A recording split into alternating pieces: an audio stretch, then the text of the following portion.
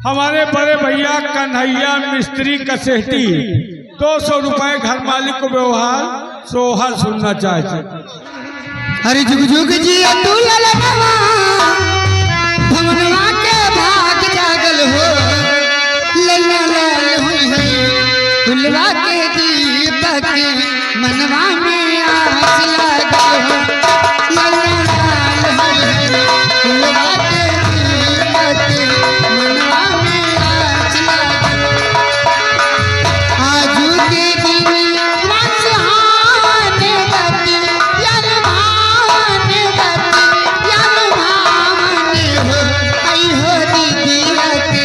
हुरला जन्म ले हुरला बड़ा सुंदर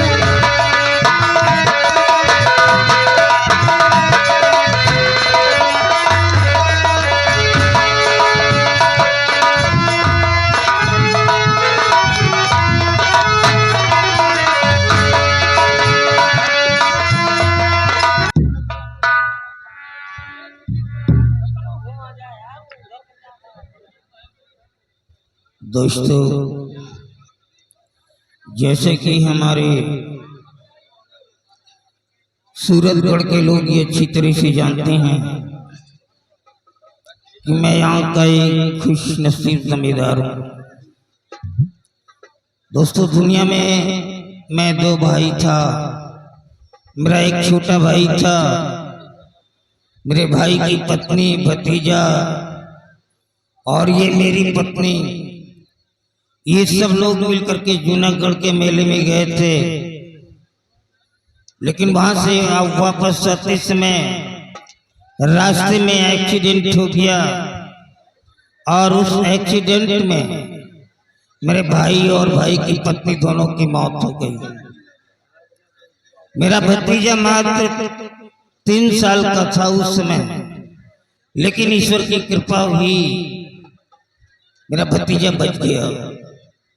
लेकिन उसी एक्सीडेंट में पता नहीं कैसे क्या हुआ, मेरी पत्नी की दोनों आंखों की रोशनी चली गई। मैंने बहुत इलाज करवाया बट लास्ट में हार गया। इसकी आंखों में रोशनी नहीं ला सकता। लेकिन मेरी पत्नी अंधी होकर के भी मेरे भतीजे की परवरिश किया। आज भी प्रेजेंट टाइम में बीए कर रहा है। दोस्तों, मेरे पास भी एक बेटा है जिसका नाम समर है, बहू है, बहुत बड़ा परिवार मेरा है और किसी चीज की कमी भी नहीं है। जमीन जायदाद 200 बीघे जमीन है और ये आलीशान हवेली है, पैसा कौड़ी सब कुछ ईश्वर ने दे रखा है। लेकिन ये सब होते हुए भी जब मैं अपनी पत्नी के पास बैठता हूँ और इसके हालात पे नजर डालता हूँ तो मेरे आंखों में आंसू आ जाते हैं कि काश इस उम्र में इसकी आंखों में जरा सा भी रोशनी होती तो कुछ काम अपने हाथों से कर लिया करती, दूसरों का सहारा नहीं लेना पड़ता। यही सोच सोच करके मैं कभी कभी रो देता हूँ। बेटे, जरा समर सिंह को बुला करके ले आओ। ठीक है दादाजी।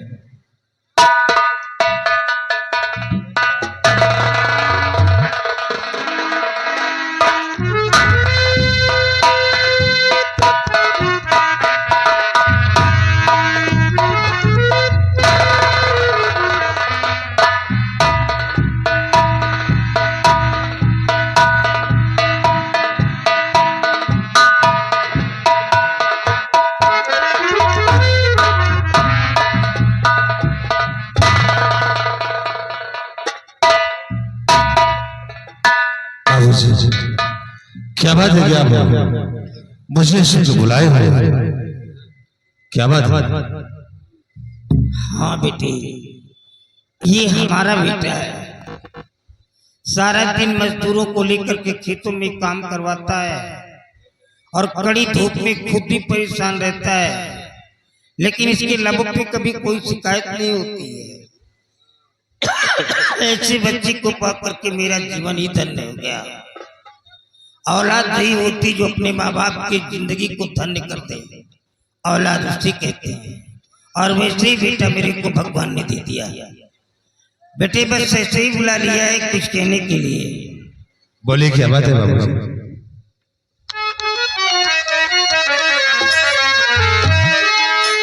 और समरे सिंह बेटे सुनो जरा हमारी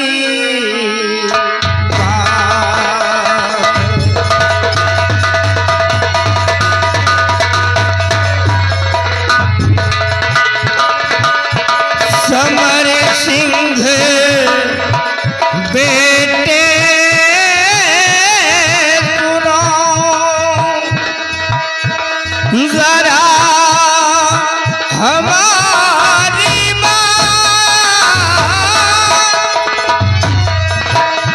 और तुम्हें बताना चाहता दिल की बात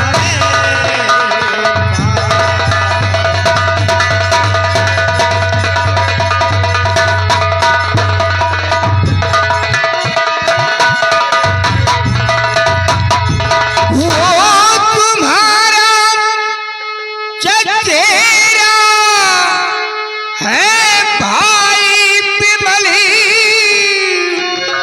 वो तुम्हारा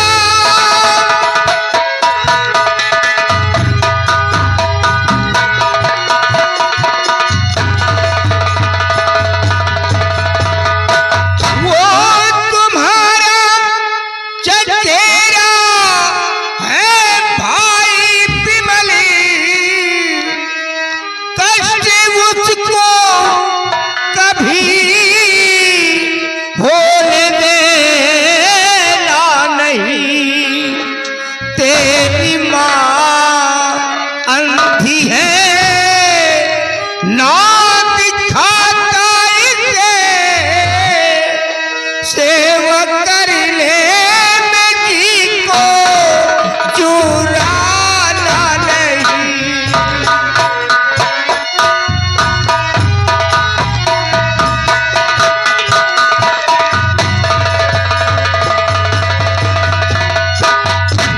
बेटी हमारे विमल को कभी ऐसा नहीं होना चाहिए कि उस दुनिया में उसके पेरेंट नहीं है। और देख ये तेरी माँ है, इसको दिखलाई नहीं देता है, इसे एक सहारे की आवश्यकता है। बेटी अपनी माँ का दिल कभी मत दुखाना, नहीं तो मैं टूट जाऊंगा। नहीं बाबूजी, आप इसे बेफिक्र रहिए।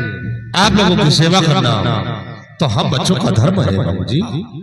और बाबूजी कहते हैं जो औलाद माँ बाप की सेवा करता है तो उससे बढ़कर कोई तीर्थ धाम नहीं होते। माँ बाप के ही चरणों में स्वर्ग और जन्नत है बाबूजी। और रही बात विमल सिंह की तो बाबूजी तो ये शिकायत मिलेगी नहीं आपको, फर्ज अपना निभाने को तैयार हूँ। छोटा भाई विमल आप दोनों की भी सेवा करने में मैं पूरा अख्तियार हूँ।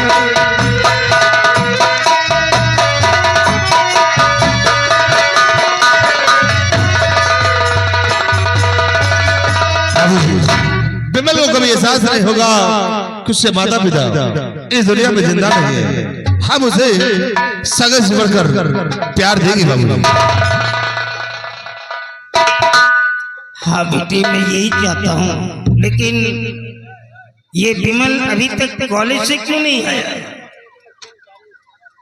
हाँ बाबूजी, आप ठीक कहते कि स्वामी का समय काफी व्यतीत हो गया, लेकिन अभी तक विमल कॉलेज से नहीं आया है। हो सकता है कई अपने दोस्तों के संग रुक गया हो। हाँ ये भी है। थोड़ी देर तक सिर्फ भी आता होगा।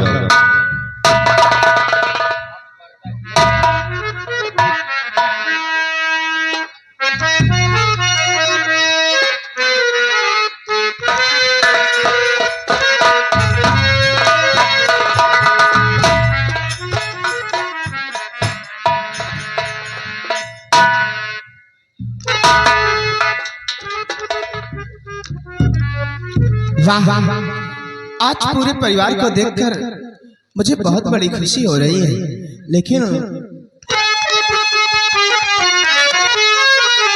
आज परिवार पूरा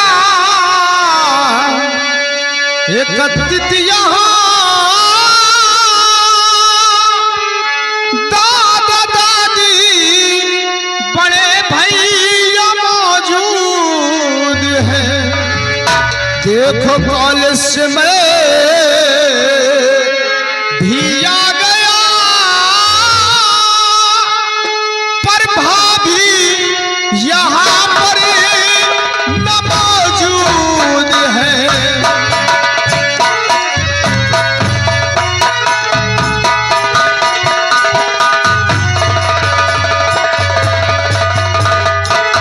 बाबूजी यहाँ पर सब कोई तो नजर आता है, लेकिन मेरी भाभी माँ वो कहीं पर नजर नहीं आ रही।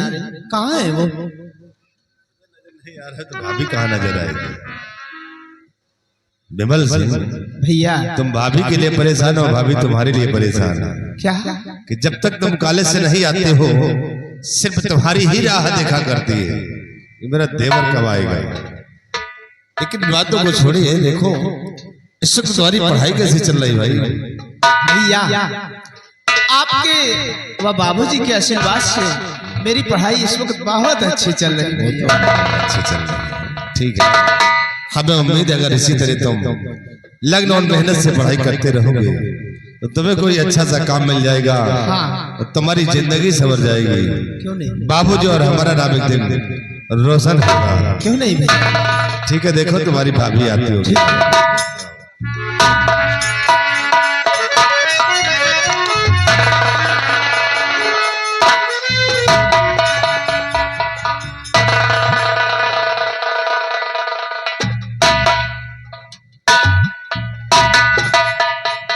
बाबूजी और माँ सभी लोग आपस में बैठ के यहाँ बातें कर रहे हैं। मैं भोजन बना के इंतजार कर रहा हूँ। चलो सब लोग भोजन कर लो।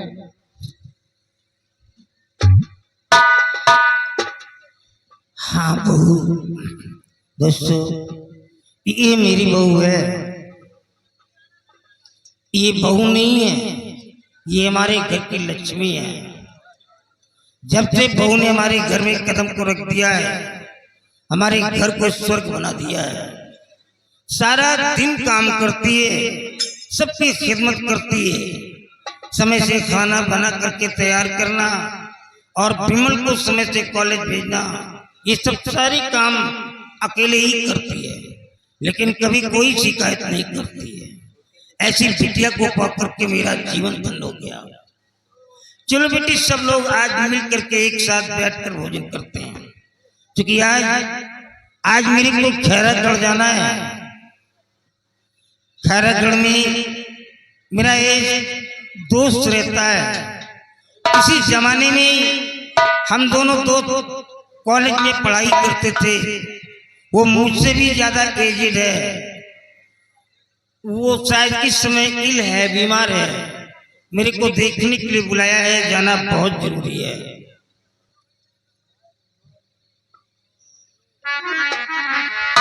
स्वामी जी आप मुझे छोड़कर कहीं मत जाए। अगर आप मुझे कहीं छोड़कर चले जाते हैं तो आपके बिना मेरा दिल नहीं लगता। स्वामी जी आप मुझे छोड़कर कहीं मत जाए। अब मैं क्या समझाऊं? दादी माँ आप चिंता क्यों कर रहे हैं? अरे दादाजी अपने दोस्त से मिलने जा रहे हैं और वहां पर ज्यादा से ज्यादा 1 या 2 दिन रुकेंगे, फिर वापस आ जाएंगे। और फिर आपको चिंता करने की क्या जरूरत है दादी माँ? आपकी सेवा के लिए बड़े भैया हैं, मेरी प्यारी भाभी माँ है, मैं हूँ, तो क्यों घबरा रही हो आप दादी माँ? बेटे विमल, दादाजी तुम अपनी माँ को नहीं जानती हो। ये जब से हमारे घर में आई है, जब तक मेरे को खाना नहीं खिला दिया, इसने कभी पानी तक नहीं पिया है। और मेरी थाली का जब तक झूठा भोजन इसने नहीं खाया है, कभी इसका पेट नहीं भरा है। हम दोनों के जिस्म तो अलग हैं, लेकिन जान एक है। ये हम दोनों के बीच का एक अगाध प्यार है। और हाँ, हमारे गांव के लोग जब कोई मेरे को बुढ़ऊ कहता है, नहीं बुढ़ऊ, तो मेरे को गुस्सा आता है। मालूम है क्या कहता हूँ? खबरदार कोई मेरे को बुढ़ऊ मत कहना। अरे मैं बुढ़ा हो ही नहीं सकता हूँ, मैं तो बिल्कुल एंगेज हूँ, नौजवान हूँ।